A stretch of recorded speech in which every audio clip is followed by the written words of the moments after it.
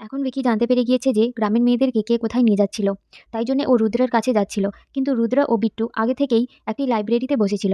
ভিকি ওখানে এসে রুদ্রকে চন্দ্রপুরাণের বইটি চায় এবং সেই বইটি নিয়ে ওখানে পড়তে থাকে।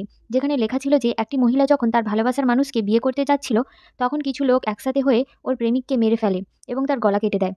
তারপরে সেই ছোট বাচ্চাটির সামনেই ওই দুজনকে আগুনের মধ্যে জ্বালিয়ে দেয়। তারপরে যখন ওই মহিলাটি আবার ফিরে আসে, তখন ওই লোকটির গলা কেটে ওর বডিটিকে কোনো এক জায়গায় মাটি চাপা দিয়ে দেয় এবং ওই গলাকাটা ভূতের বডি এখনো পর্যন্ত সেই জায়গাতেই মাটি চাপা রয়েছে। এখন ওরা সবাই গলাকাটা ভূতের ব্যাপারে জানার জন্য সেই মন্দিরে পৌঁছে যায়। কিন্তু মন্দিরের মধ্যে ভিকির ওপরে একটি শাকচুন্নি আক্রমণ করে দেয়। কিন্তু যখন বিট্টু আর রুদ্র ওর কাছে পৌঁছায়, ওরা এসে দেখে যে ওর কিছুই হয়নি এবং ভিকি ঠিকঠাক রয়েছে। তারপরে ওরা তিনজনেই ওখানে বসে গলাকাটা ভূতকে কিভাবে থামাবে সেই ব্যাপারে ভাবতে থাকে। তখনই ভিকি জানায় যে আমাদের স্ত্রীকে ডাকতে হবে।